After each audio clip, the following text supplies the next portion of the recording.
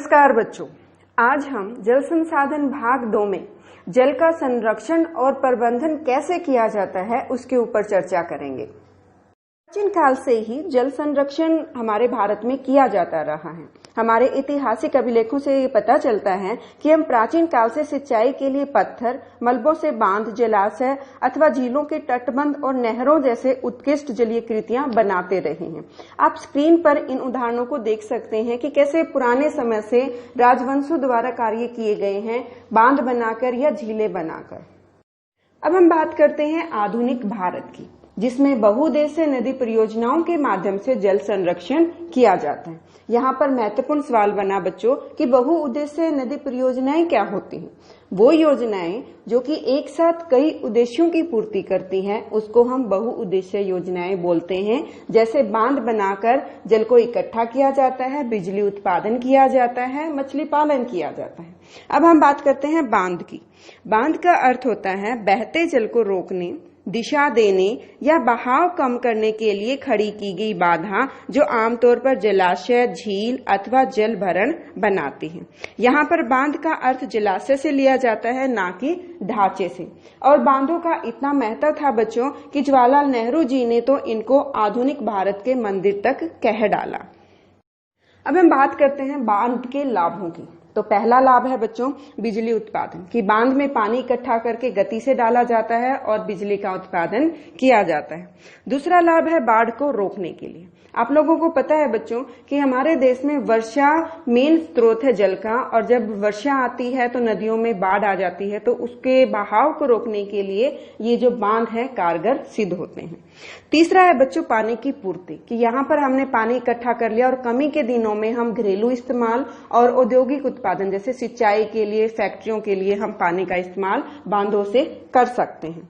चौथा है इसमें बच्चों कि हम यहाँ पे नौका चालन करके पर्यटन को बढ़ावा दे सकते हैं, कि हमने इकट्ठा पानी कर लिया, वहां पे हम नौका चालन करते हैं, मनोरंजन भी होता है और हमारा पर्यटन भी बढ़ जाता है। पांचवा लाभ है बच्चों मछली पालन, कि इकट्ठा पानी हमने इकट्ठा कर रखा है और वहां पे हम मछली पालन उद्योग लगा सकते हैं। तो ये थे बच्चों बांधों के लाभ। बांधों के फायदे के साथ साथ कुछ नुकसान भी हैं बच्चों, जैसे नदियों का प्राकृतिक बहाव अवरुद्ध हो जाता है, जिसके कारण तलछट जमा होता है और जो जीव जंतु हैं उनको नुकसान मिलता है, उनको उनके आवास पर भोजन नहीं मिलता। मछलियों को अंडे देने की ऋतु में एक जगह से दूसरी जगह पर स्थानांतरित कर दिया जाता है। जो खेती योग्य भूमि है उसको नुकसान होता है बच्चों, कि काफी जलाशय का निर्माण करने के लिए काफी बड़े भूभाग की वनस्पतियां और जो मिट्टियां हैं जल में डूब जाती हैं।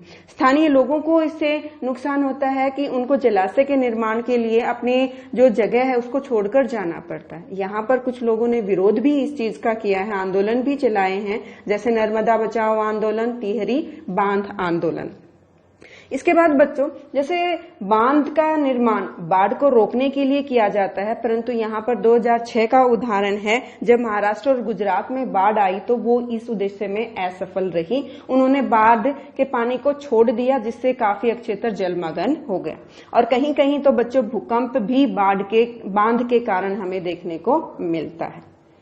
बांधों के लाभ हानि के बाद हम बात करते हैं महत्वपूर्ण बांधों की। अब यहाँ आप स्क्रीन पर देख सकते हैं कि कुछ महत्वपूर्ण बांधों के नाम मैंने आप लोगों को बताए हैं, किस राज्य में और किस नदी के ऊपर बनाए गए हैं उसके बारे में भी लिखा है, और मैप पे भी दर्शाया गया है कि कहाँ पर वो बांध है। तो यहाँ आप लोगों को इसको देखकर याद करना है। आशा है आपको समझ आया होगा और उसी समझ के आधार पर इन सवालों के जवाब आपको देने हैं, और अगले भाग में हम वर्षा जल संग्रहण कैसे किया जाता है उसकी चर्चा करेंगे। धन्यवाद।